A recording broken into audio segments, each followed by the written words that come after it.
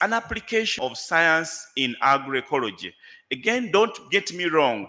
I'm not promoting biotechnology. I think that is something we don't want to hear, but really we can use to all of us. I want to thank the civil society organization that have actually supported a number of interventions. We are currently on risk shocker to also ourselves to engage, to participate, to ensure that farmers are engaged and also helping to find solutions. Some of the tools that can be used that I want to refer to you, farmers or people in an integrated approach that can actually help us are good. For example, the number of earthworms, the organic matter, and etc. And of course, the biodiversity assessment before any production takes place. Those are things that for me, I think can be very helpful.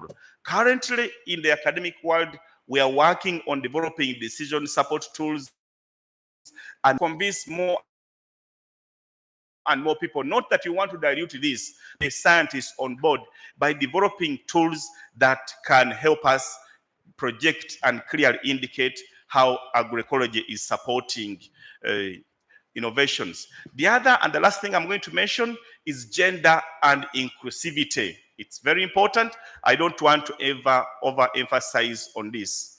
I want to thank you very much here, and I'll end it with a very simple quote here, that the future of food in Africa will not come from chemical factories, importance or drumming up the importance of biotechnology, but from fertile soils, diverse seeds, and empowered farmers. This is what agroecology is all about.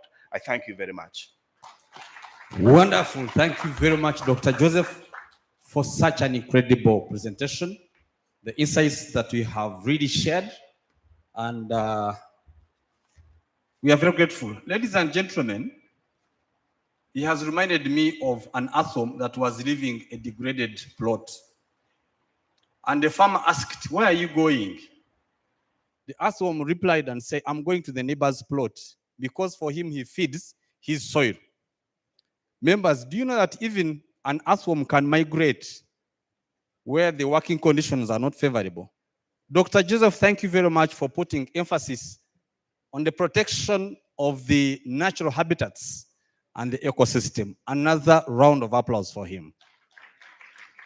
Wonderful. Ladies and gentlemen, we want to thank you very much, and would love to really appreciate the joining of other members of parliament that came after the introduction. Honorable Margaret, we have to ask, thank you very much for coming. Honorable Boaz, thank you very much for coming. Honorable Brenda, thank you very much for coming. Honorable Michael, thank you very much for coming.